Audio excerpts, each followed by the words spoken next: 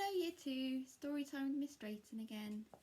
So today, The Squirrels Who Squabbled, also by Rachel Bright and Jim Field, just like the other stories this week have been.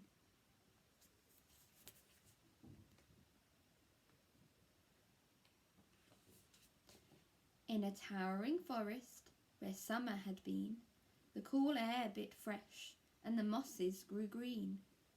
And as autumn edged in and the sky raged red, the sleepiest creatures got ready for bed. While up in a tree swung a flighty young squirrel, who everyone knew as Spontaneous Cyril.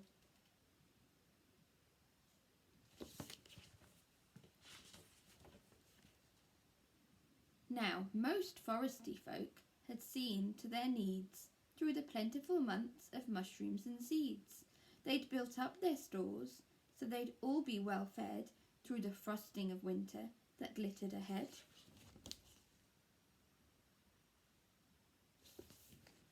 But Cyril, he lived in the now and the here. He'd adventured and partied his way through the year. So his cupboard was empty, his hollow was bare. He hadn't a mouthful of food anywhere.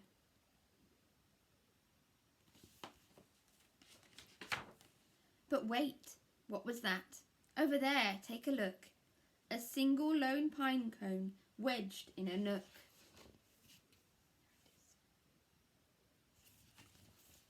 He squealed with delight, and for very good reason, for inside were the very last nuts of the season.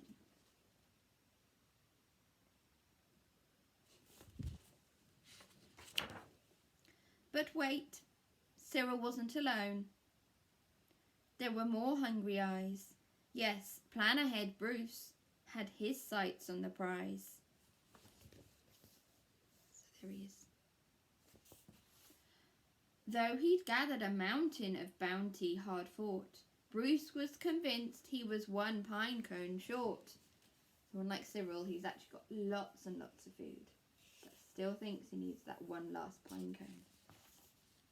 I simply must have it, he wistfully cried, as he dreamt of the fresh, juicy pine nuts inside.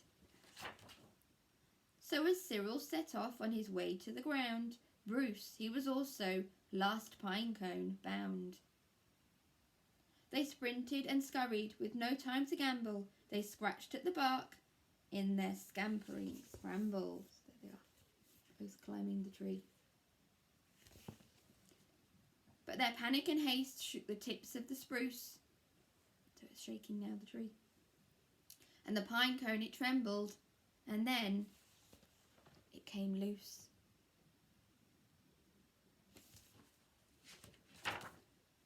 Both squirrels gave chase at a lightning pace. This was the start of a wild, nutty race.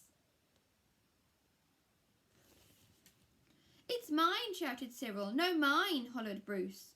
You don't stand a chance. Give up, it's no use. I'm hungry, cried Cyril. This cone is not yours. Stay back, shouted Bruce. This cone's for my stores.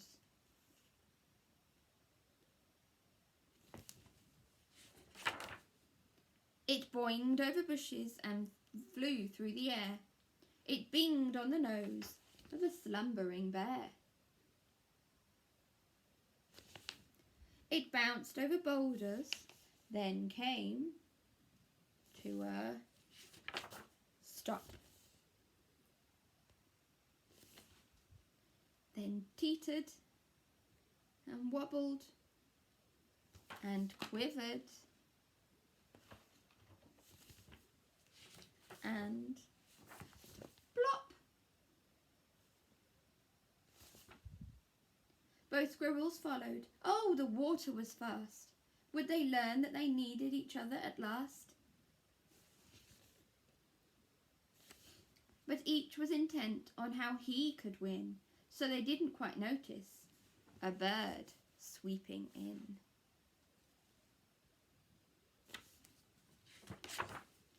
Cyril and Bruce, they watched in dismay as their cone disappeared up, up, up,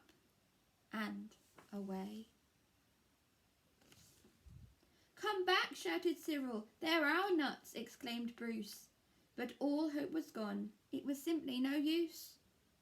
And meanwhile they drifted right up to the ledge. Greed, it was driving them.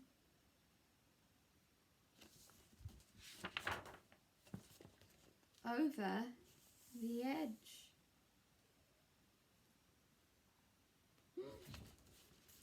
Cyril and Bruce, they had taken a fall. They were paying the price for wanting it all. They'd squandered their chances to team up and share. Would their nutty young hopes simply end in despair?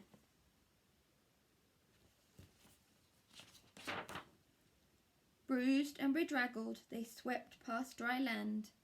Cyril grabbed at a branch with a trembling hand. Catching Bruce with the other, he heaved and he huffed and dragged him to safety with panting and puffs. They stared at the sky, quite lost in deep thought, until Bruce looked at Cyril and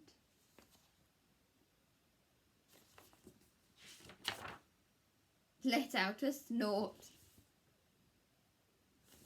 "How silly we are," he proclaimed, all a jiggle. "How greedy I've been," spluttered Bruce with a giggle. So they are both laughing now. "We shall change from today, may the squabbling cease. We should celebrate, seeing we're both in one piece." From that day and forward, they made a great pair. They would gather together and found they could share. Yes, Cyril and Bruce, they knew in the end.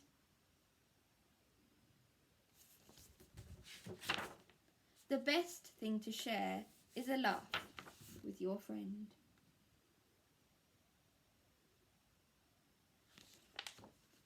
So that was The Squirrels Who Squabbled by Rachel Bright and Jim Field.